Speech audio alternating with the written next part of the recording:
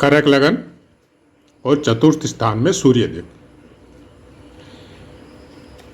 भावाश्रय फलों के अनुसार चतुर्थ स्थान में अगर किसी भी जातक के सूर्यदेव विराजमान होते तो जो पुस्तकों में लिखा है उसके अनुसार कोई अच्छे फल सूर्यदेव के यहाँ प्राप्त नहीं होते।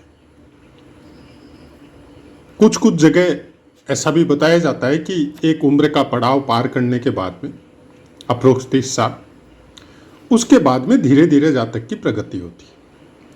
लेकिन जिंदगी यायावर मतलब ट्रेवलर, बिना मतलब कि हर जगह घूमने वाला, अभिमानी और बहुत से कष्ट और पीड़ाओं के बाद में जाके कुछ स्थिरता उसके अंदर आती है। लेकिन क्योंकि अपने को संपूर्ण चर्चा करनी है तो इसी दूसरे पार्ट में हम लोग इसकी बात करेंगे। जय माता की मित्रों, आज चर्चा करते हैं करक लगन में सूर्यदेव की। पुस्तकों में जो लिखा है भावाश्रय फलों के अनुसार, वो जैसा पाठों का नियम अभी बना रखा है, उसके लिए हमने आपको एक शॉर्ट वीडियो प्रोवाइड करवा दिया है। लेकिन चूंकि पुस्तकों में बहुत कुछ लिखा है और सब कुछ सोशल मीडिया के द्वारा जो वीडियो में बताया जाता है वो संभव भी नहीं। अब भावाश्रय फलों के अनुसार चतुर्थ स्थान में सूर्यदेव कोई अच्छे फल आपको प्राप्त नहीं करवाते, लेकिन करक लगन में सूर्यदेव आपके द्वितीय स्थान के भी स्वामी होते, क्योंकि सिंह राशि धन स्थान में आती। तो अब धन स्थान का स्वामी अगर चतुर्थ स्थान में हो तो उसका फल कैसा बताया गया है? शूरवीर होता है, बुद्धिमान, गुणी, थोड़ा लोभी भी हो सकता है और बिना मतलब के अपने धर्म के बारे में या और कोई बातों के बारे में निंदा करने वाला भी हो सकता है, ऐसा भी बताया गया है। तो जब आप किसी भी ग्रह के बारे में जब आप देखो, पढ़ो या किसी भी कुंडली में उसका अध्ययन करो, तब केवल एक ग्रह से किसी भी कुंडली का फलादेश नहीं होता है। चतुर्थ स्थान में सूर्य देव का फल अच्छा नहीं बताने के बहुत से कारण हैं। पहले तो आप चतुर्थ स्थान को देखो, सबसे ज्यादा शांति प्रिय कोई स्थान अगर कुंडली में है तो वो चतुर्थ स्थान है, क्योंकि चतुर्थ स्थान से सुख की अपेक्षा की जाती है। मन, बुद्धि, शरीर, हर तरफ से शांति, परिवार से, धन से, कुटुंब से सुखों की अनुभूति चतुर्थ स्थान से होती है। और यहां पे चतुर्थ स्थान में अगर कोई सौम्य ग्रह, शुभ ग्रह विराजमान होता है तो इस स्थान के फलों को वो बहुत अच्छी तरह से बढ़ा भी देता है और अच्छी तरह से आपको प्राप्त भी करवाता है। लेकिन जब चतुर्थ, अष्टम और द्वादश की बात होती है तब हमारा नजरिया थोड़ा अलग होता है। क्रूर ग्रह चतुर्थ स्थान में या पापी ग्रह चतुर्थ स्थान में बहुत ज्यादा बली होते हैं। बली इन द सेंस कि वो आपके सुखों का नाश करने वाले होते हैं। अब सुख क्या है? जो भोगों के द्वारा आपको इस शरीर को प्राप्त होता है वो सुख है। लेकिन अगर यही चीज साधु संतों के विषय में बोले,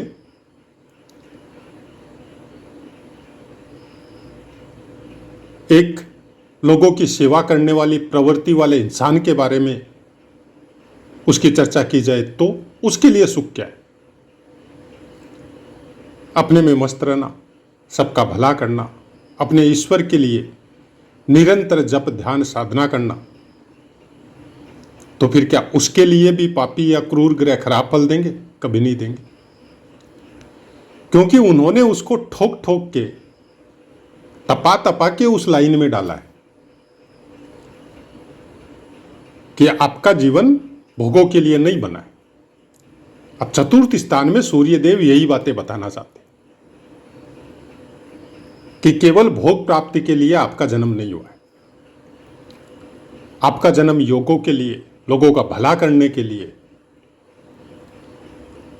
अपने कर्मों को कुछ इस ऊंचाइयों पे ले जाने के लिए हुआ है कि जहां से आपका दशम स्थान प्रकाशित हो, क्योंकि सूर्य की दृष्टि दशम स्थान पे अपनी उच्च राशि पे पूर्ण दृष्टि आती, विराजित होते हैं तुला राशि में। स्वामित्व है धन स्थान का।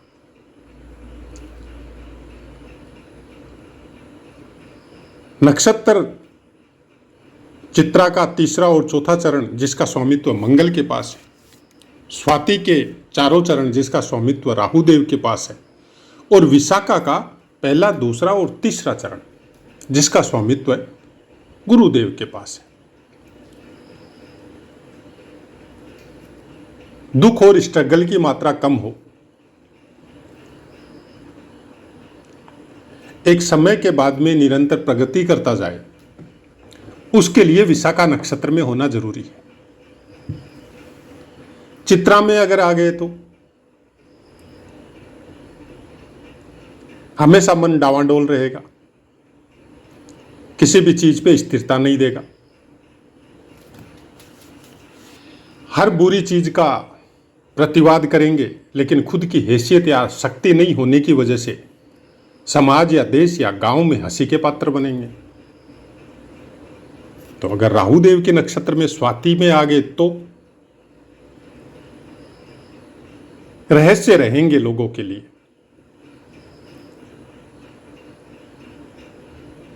सामने वाले को समझ में नहीं आएगा किस टाइप का इंसान या प्राणी है।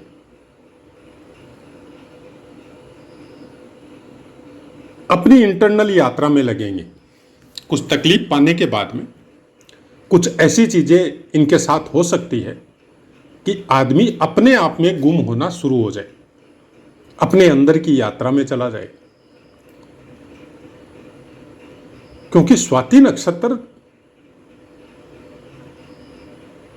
इसके बारे में पूरी तरह जानना या समझाना बहुत मुश्किल है। नक्षत्र विज्ञान में, वेद शास्त्रों में, पुराणों में स्वाति नक्षत्र के बारे में बहुत अच्छी अच्छी चर्चाएं दी गई है, लेकिन स्वामित्व राहुदेव के पास है। अब कलयुग में राहुदेव का कुछ विशेष आकर्षण है। भोगों के विषय में अगर चर्चा कर जाए तो भ्रमित रहेगा। अगर जीवन को भोगों में लगा के रखा है तो इंसान हर काम में भ्रमित रहेगा। करना कुछ और चाहता था, हो कुछ और जाता है। लेकिन अगर योगों में चला जाए, अच्छे गुरु का कोई सानिध्य मिल जाए,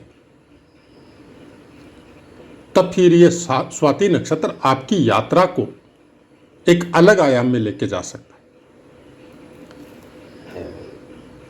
ये सब बातें थोड़ी अलग है, जो पुस्तकों में प्राप्त नहीं होती। जब हम लोग ज्योतिष को थोड़ा बहुत भी समझ के अपने वेद, पुराण और शास्त्रों का अध्ययन करते हैं, तब ये सब बातें थोड़ी थोड़ी आपके समझ में आती है, बशर्ते आपको प्रारब्ध के द्वारा भगवान ने कुछ दिया हो ज्ञान स्वरूप में, या फिर आपकी अपनी यात्रा जीवन से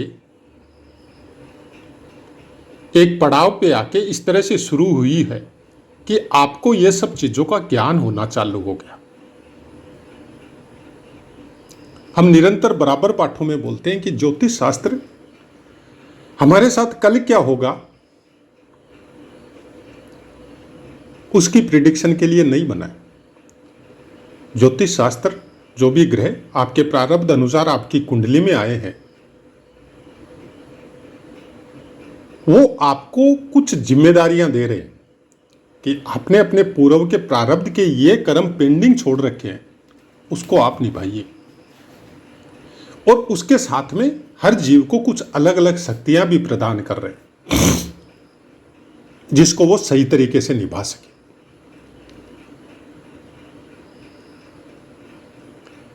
अब सूर्यदेव तुला राशि पे अगर विराजमान होते हैं तो आदमी गलत का प्रतिकार करेगा, लेकिन उसी को कंट्रोल करने के लिए अगर बाकी ग्रह है तब थोड़ा सुधार होगा।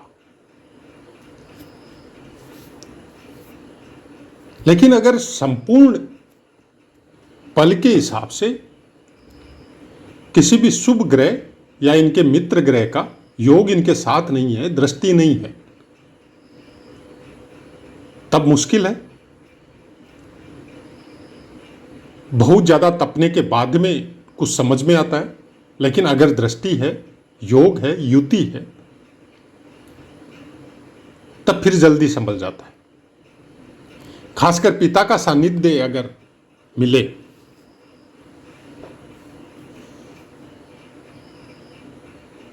तो फिर ये अपनी राह पकड़ लेंगे। लेकिन क्योंकि चतुर्थ में सूर्य देव, पिता के सानिध्य में भी कोई न कोई प्रॉब्लम क्रिएट करवाता है,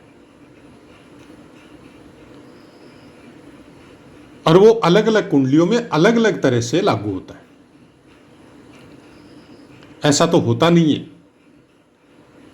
कि सूर्य देव या कोई भी ग्रह स्वतंत्र प्रभार लेके बिना किसी की दृष्टि में आए,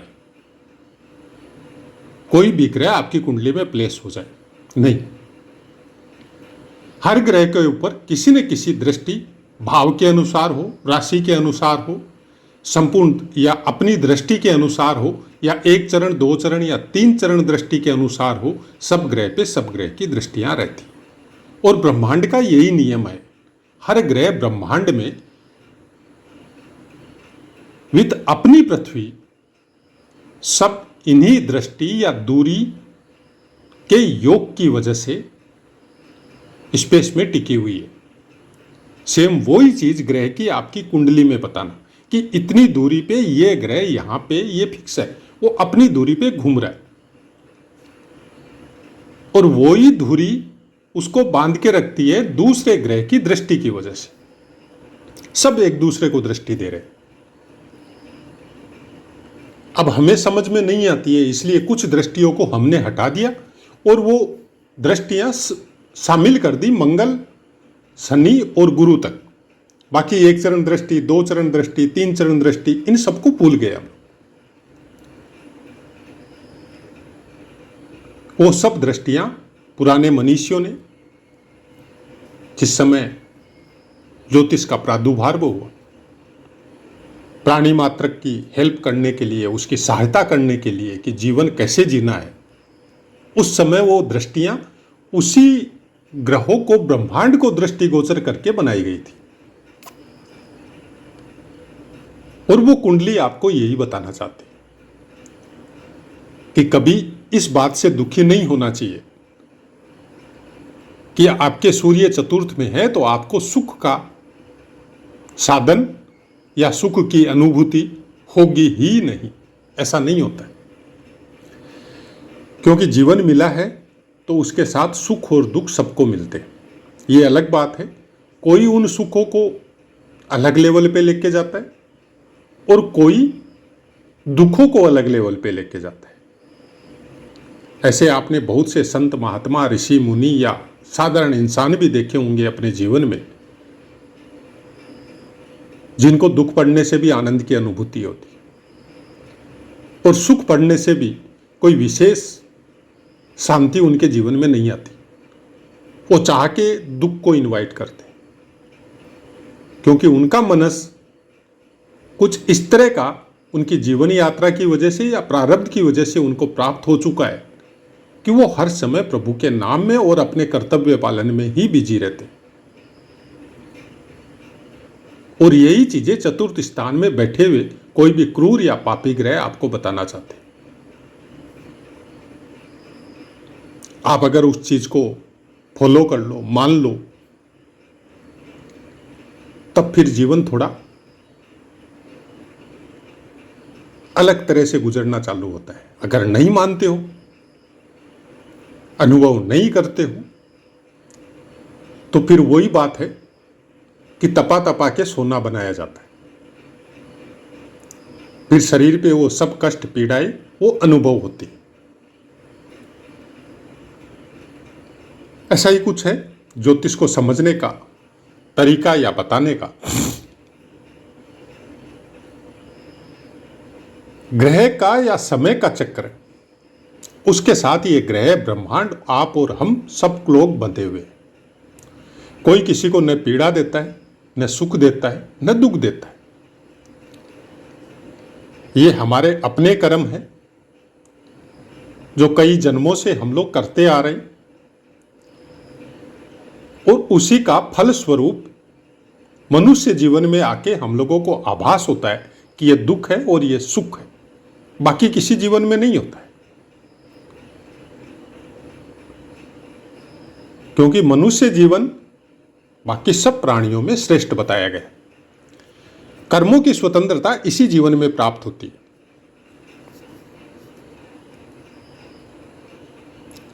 चतुर्थ स्थान में सूर्य देव,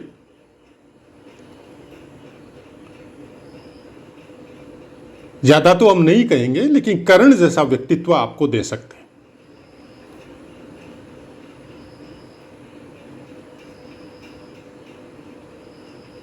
लेकिन उस तरह का अंश लेके हम लोग पैदा नहीं हुए। अब अगर नॉर्मली देखा जाए तो न परिवार का साथ मिला, न अपनी प्राप्त की हुई शक्तियों का साथ मिला। अभिमान की ज्यादा मात्रा होने की वजह से वही सही समझ बैठे जो खुद कर रहे हैं, क्योंकि सूर्य देव अभिमान में सबसे बड़ा अभिमान देते हैं आपको, नाम का, फेम का, सत्ता का। और जिद्दी या जुझारूपन ऐसा होता है कि आदमी किसी भी स्थिति में हार नहीं मानता है, तो फिर वो हंसी का पात्र बनता है। अब कर्ण का व्यक्तित्व जब हम लोग उठा के देखते हैं कि सब शक्तियां उनको प्राप्त हुई, लेकिन कोई भी काम नहीं आई, और केवल शरीर को ही सब कुछ मान लिया,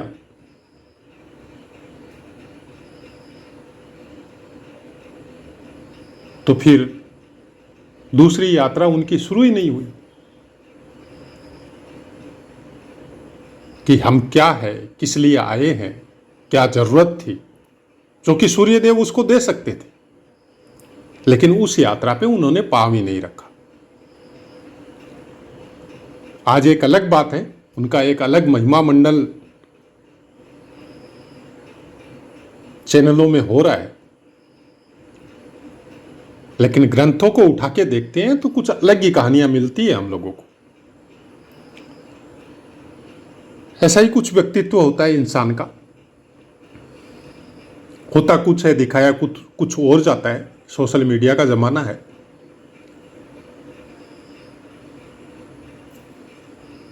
यहां पे नीच राशि तुला राशि में सूर्यदेव चतुर्थ स्थान में है, नवमांश आपको साथ में दिया जा रहा है।